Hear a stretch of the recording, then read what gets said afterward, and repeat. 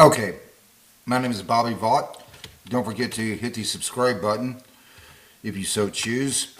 In the description below, I'll put a link to lesson 1 of everything you need to know to understand investing. There's up to 17 lessons now, very heavy emphasis on the stock market. I also did cover other things, bonds, pretty much everything.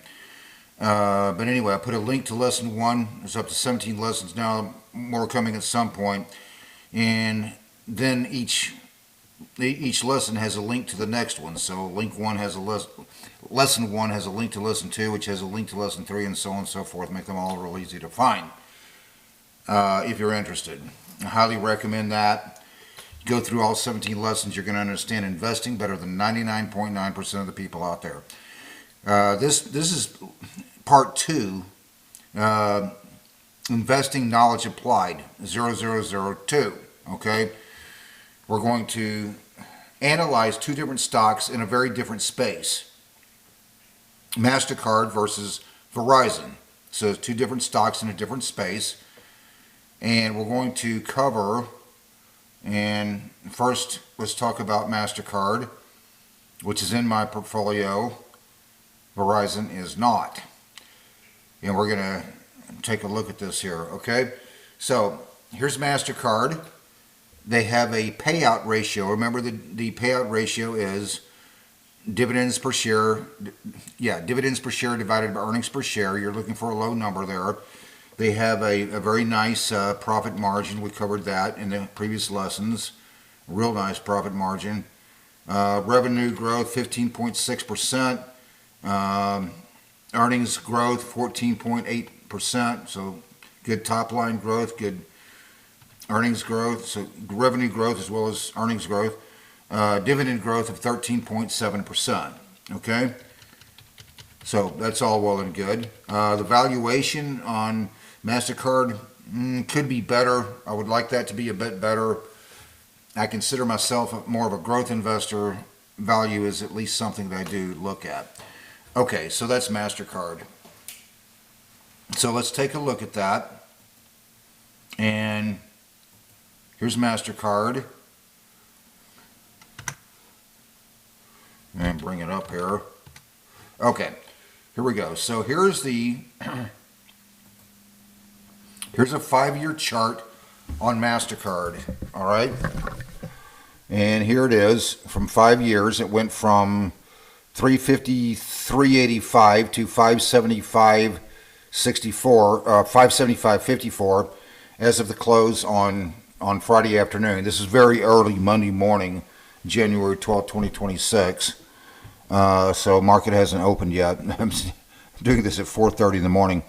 Okay, so I'm not real big on technical analysis. I'm more in the fundamentals, as you probably guessed by now. I don't know a lot about technical analysis. I'll focus on the fundamentals. I do know a little bit about it. One thing I know is you're looking for higher highs and higher lows. So just use my finger here. Here's a low, here's a low, here's a low, here's a low.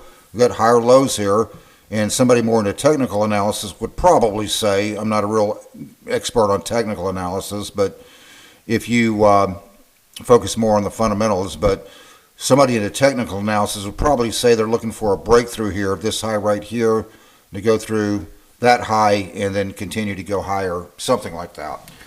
So if you want to understand that better, ask somebody more into technical analysis. I'm not. I've always just focused on the fundamentals. It's what I know and understand. Okay, so those are just, you would expect something like that just based on the metrics, just based on the numbers. All right, and their revenue growth rate, which is top line growth, earnings growth, okay, and so on and so forth. Let's take a look at Verizon. We're looking at two different stocks in an obviously very different space. And here's Verizon. Let's look at the financials first. Revenue growth, the last 5 years, the periods ending in, for 2020, negative 2.7%. The period ending in 2021, 4.1%, 2022, 2.4%, 2023, minus 2%, 2024, 0.6%, And for September 30, 2025, calculating year over year for that previous 12 months, 2.4%. This is about mid-January 2026. So that was the last quarter that stock analysis has been able to do the calculation for the quarter ending September 30, 2025. Okay, so let's scroll down. So that's the top line growth. Doesn't look like anything to get excited about. Scroll down to the earnings per share. Let's see, from 2020, 4.3 to 2025, or that period, that 12-year period ending September 30, 2025, 4.70. That's over 5 years. Oh, by the way, going back to Mastercard here for a second. Let's go back to that chart again. That 5-year chart that we saw right here. From there to there, over 5 years. I put a financial calculator to that, to those numbers, just to see what the capital gain was. And it came to annualized 10.179%. Okay, I kind of expected it would be a little bit better than that, but it's pretty good. It's not bad. We can live with that. Okay, so back to Verizon again. Just based on what the knowledge that we talked about in those lessons 1 through 17, everything you need to know to understand investing. You go through all lessons, you'll understand investing better than 99.9% of the people out there. But based on that, and based upon the financials, what we just looked at, Verizon, take a wild guess what the 5-year chart for Verizon would look like. And keeping in mind, comparing that to Mastercard. Here's Verizon, 5-year chart. That is one ugly looking chart right there. It just is. It doesn't include dividends, but that is one ugly looking chart right there. Let me tell you. Go figure. There's let's go back to the dividends again. Oh yeah, we didn't cover that did we cover that already on Verizon? I don't remember. Let's go back and look at that. So here's the dividend yield. No, we didn't. I don't think we did. Oh, so here's the current yield on Verizon, 6.82%. Dividend growth rate of 1.86%. It's very rare when I see a high dividend yield like that, it gets my attention. I'm going to look into it deeper, but it's very rare when I see a current yield like that after looking into it, I still like it. Very aware of yield traps. The dividend growth rate of Verizon just isn't there. The current yield of Mastercard is 0.6%. It's less than 1%, barely more than 0.5%. But, so why do I have Mastercard in my portfolio and not Verizon? Because we're looking at the dividend growth rates based on all those other things. The payout ratio for my portfolio, just looking at a weighted average here, the worst thing in my portfolio as far as payout ratio is 43%, Mastercard 18.8%, and weighted average 26.63%.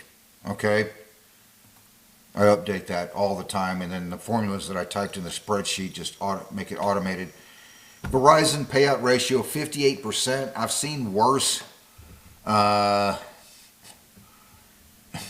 not like super bad. I mean, but I mean, they just don't have room to grow the dividend that fast. They don't have at a dividend growth rate. They don't have the room for it. They don't have the revenue growth, the earnings per share growth. So they don't have the dividend growth rate. Go figure. You might call Verizon, based on that chart that we saw, the price dipped over the past 5 years. Some people would call it an accidental high yielder. I hate that term. Every time I hear that, I just go, yeah, accidental high yielder.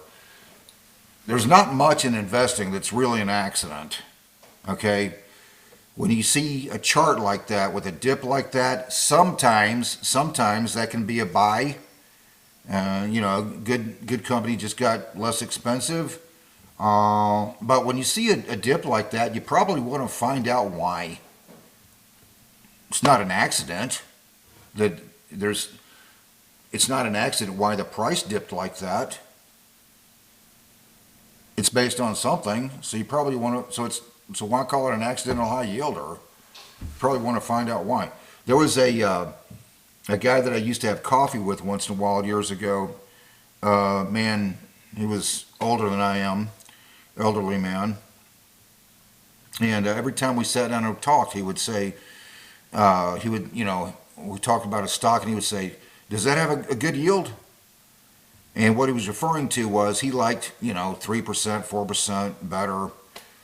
And I mean, it just made my hair fall out. I mean, sometimes you got to tell the same person the same thing 14 times and they don't get it. And I would tell him, I said, don't just blindly look at the current yield. The reason people do things like that is because they're trying to boil something down to something they can easily understand. On some level, maybe I guess there's something to be said for that, but if you're just blindly looking at the current yield, the percentage, the dividend divided by the price, that would give you the yield. If it were that simple, everybody would just be buying the highest yielding things out there. It's not that simple, for all the reasons just explained. If you had a choice between owning something that's, let's say, there's things in my portfolio that pay less than 1% current yield. I don't get hung up about it because I'm looking at where it's going and understanding the difference between current yield and yield to cost. If you had a choice between something that's paying, let's say, a 1% yield, but they're growing the dividend at 10%, okay, growth rate, and there's every reason to believe they're going to continue to be able to grow the dividend at that or better rate. The revenue growth is there, the earnings per share is there, the payout ratio is low. They have every reason to believe they're going to be able to continue to grow the dividend at a nice, healthy pace.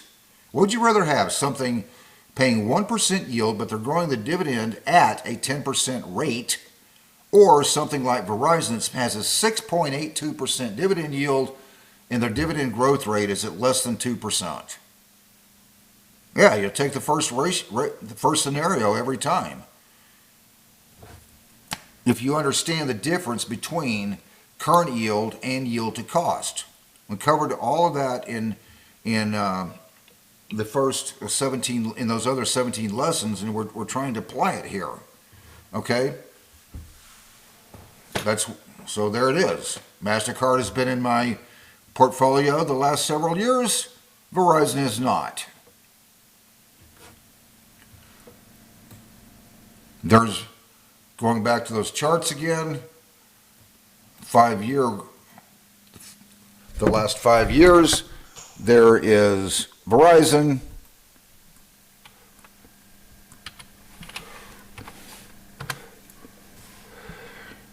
and there is, for the last 5 years, Mastercard. Okay? Right there. That's it. Go figure. Okay? Understand the difference between current yield and yield to cost. Don't just blindly look at current yield. You're looking for growth rates. Wayne Gretzky. Don't skate to where the puck is. Skate to where it's going. All right? Okay, so I'm going to leave it right there. I was going to try to keep this kind of short, but in any event, there it is. So I'm going to leave you with that. Hope life is treating you well. Until next time, Hope life is treating you well. Hope you have a great day.